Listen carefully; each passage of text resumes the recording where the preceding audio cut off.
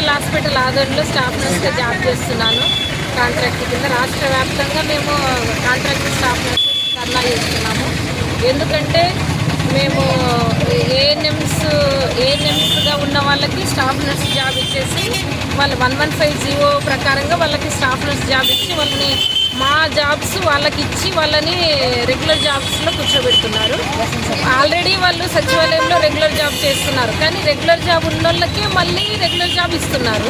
మేము ఒక 20 సంవత్సరాలు 15 సంవత్సరాలు 24 సంవత్సరాల నుంచి కాంట్రాక్ట్ కింద అనేకమంది జాబ్ చేస్తున్నాము. మా ఏజ్ కూడా అయిపోతూ ఉంది. మేము ఇంకా రెగ్యులర్ జాబ్ వచ్చేప్పటికి మా ఏజ్ కూడా అయిపోతుందేమో, కానీ మేము ఎప్పుడో ఒకసారి గవర్నమెంట్ మా మీద దయ తలెత్తి గవర్నమెంట్ జాబ్స్ ఇస్తుందని ఆశతో ఇన్నేళ్లుగా నైట్ డ్యూటీస్ చేస్తున్నాము. మాకు ఎన్ని కష్టాలు వచ్చినా కూడా సంవత్సరానికి ఒకసారి శాలరీ వచ్చినా కూడా మేము ఏదో ఒక విధంగా మాకు గవర్నమెంట్ అన్యాయం చేయదు, ఖచ్చితంగా మా జాబ్స్కి సెక్యూరిటీ ఇస్తుంది అనే నమ్మకంతో మేము చేస్తూ వస్తున్నాము. మేము ఎవరిని విమర్శించడం లేదు. ఏఎన్ఎం జాబ్స్ వాళ్ళకి ప్రమోషన్స్ ఇవ్వాలంటే వాళ్ళకి చాలా దారులు ఉన్నాయి.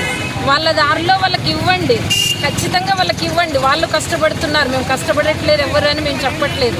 కానీ ఆ ఏఎన్ఎంస్ని తెచ్చి స్టాఫ్ నర్స్ జాబ్లో కూర్చోబెడితే స్టాఫ్ నర్స్లు ఏం కావాలి? మా వెనక చదివే పిల్లలు కూడా ఏ విధంగా చదువుకుంటారు? వాళ్ళు ఏఎన్ఎంస్ చదివితే చాలు కదా అని అనుకుంటారు కదా. అందుకనే దయచేసి సీఎం సార్ గారికి, చంద్రబాబు నాయుడు సార్ గారికి, డిప్యూటీ సీఎం పవన్ కళ్యాణ్ గారికి,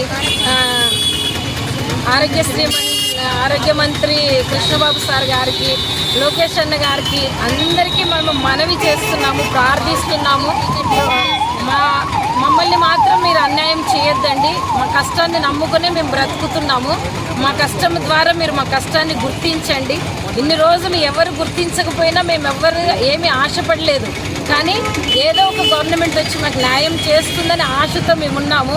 మా జాబ్స్ మాకే పర్మనెంట్ కావాలి. జిఎన్ఎం జాబ్స్ జిఎన్ఎంకే ఉండాలి. స్టాఫ్ నర్స్ జాబ్స్ స్టాఫ్ నర్సే ఉండాలి.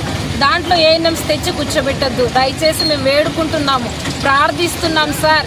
మా ఆవేదన అర్థం చేసుకోండి. మేము నైట్ డ్యూటీలు చేస్తున్నాము.